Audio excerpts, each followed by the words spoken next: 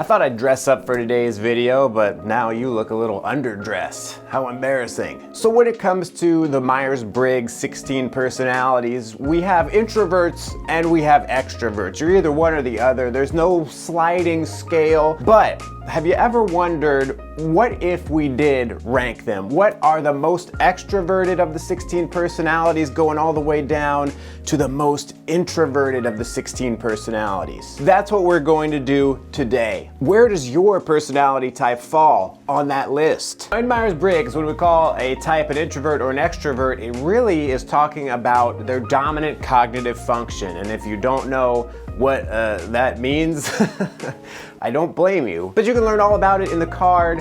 There's a video contained within the card. Just click it. After you finish watching this video, so in order to rank the personalities, we're gonna have to look at the Big 5 personality system, and specifically the personality trait of extraversion. And the Big 5 definition of extraversion is a lot closer to what we commonly think of when we say introverts and extroverts. So people who are high in extraversion in the Big 5 system, they seek out social contact, they enjoy it, it doesn't drain them. They are more talkative, they like to share what's going on in their brain. They're more assertive, they're more enthusiastic, they are more impulsive, and they are also more responsive to positive emotions. So it's easy for them to get excited, it's easy for them to feel happy and be like, just be like this. Introverts, though, are the opposite of that.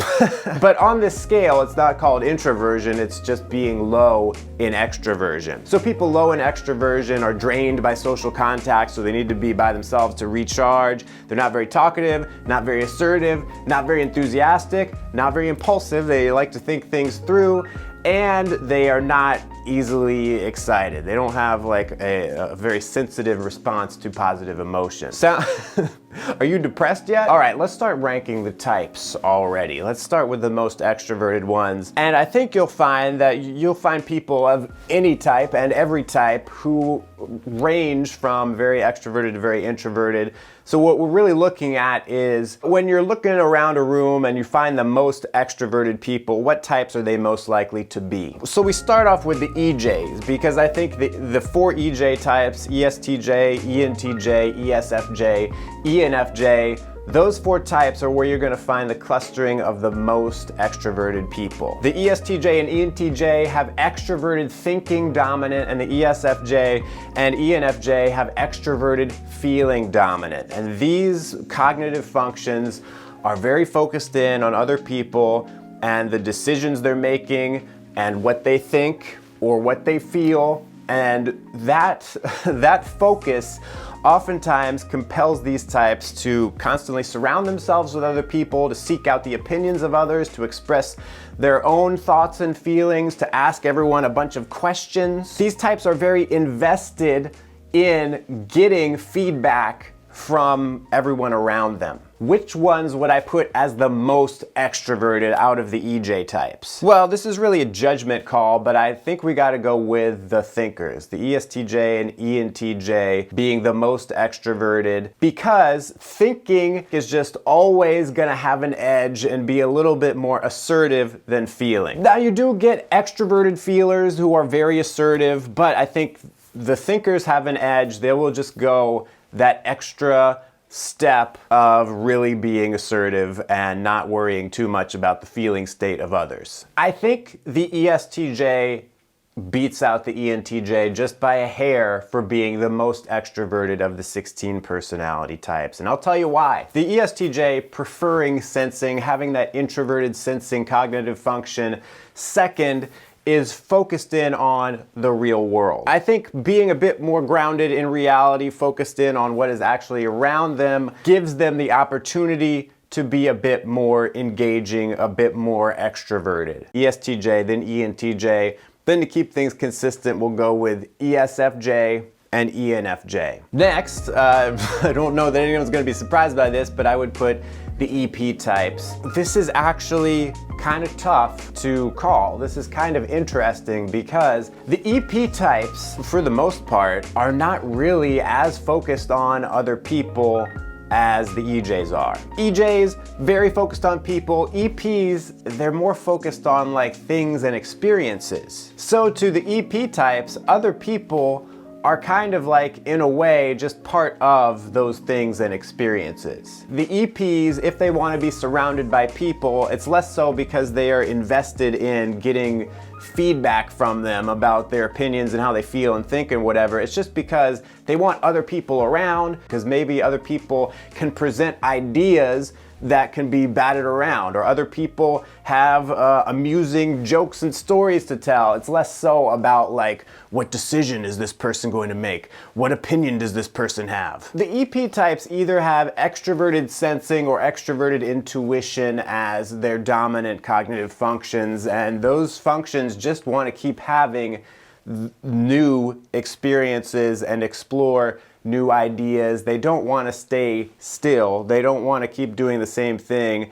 That can lead them to continually search out new environments, new people around them, and to do things a bit more impulsively. I think that is what puts them in the more extroverted category. I think you got to put the ESTP and the ENTP as the next most extroverted types. And then I guess we would go with ESFP and ENFP. In part 2 of the video, we're going to look at the most introverted types. Stay tuned.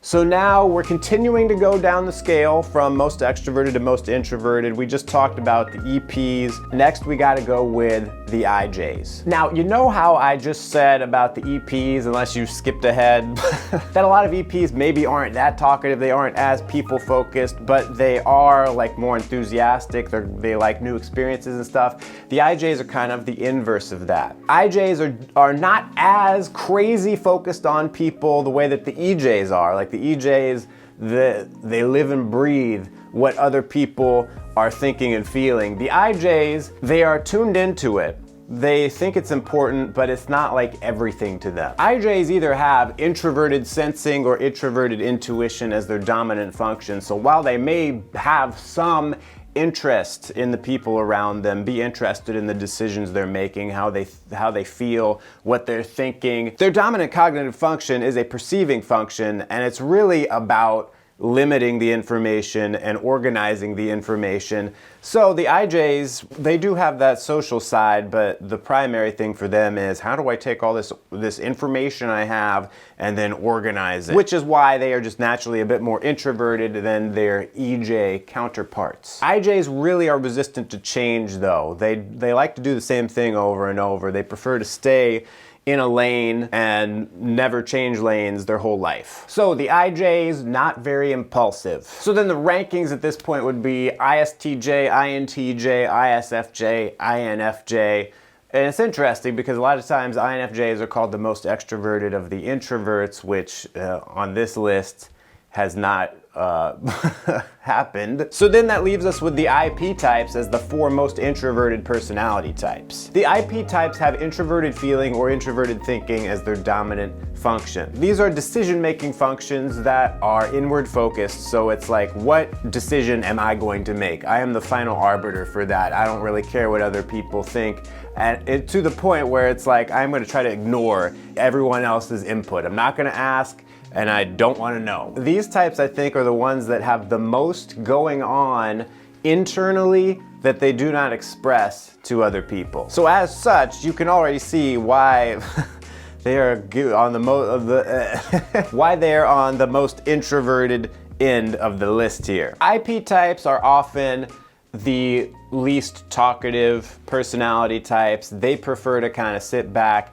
and listen. Though, if like an IP corners you and starts to talk about something that, you know, is interesting to them, that's on their mind, they will just like keep going and never stop. But IPs oftentimes like to just, you know, keep things to themselves. IP types have like very strong senses of who they are and what they want to do and what their values are. But the thing is, they are often not very outwardly assertive about it. They will do their thing. They will go off on their own. They'll go down their own path, but they'll do it quietly and they'll try to get around conflict and doing it directly. So I think we will rank them ISTP, INTP, ISFP, INFP. Let me know what you think about these rankings in the comments. Thanks for watching. Check out another video right here about the cognitive functions, or check out the whole playlist right here and find something else to watch. And until next time, stay cool and attractive.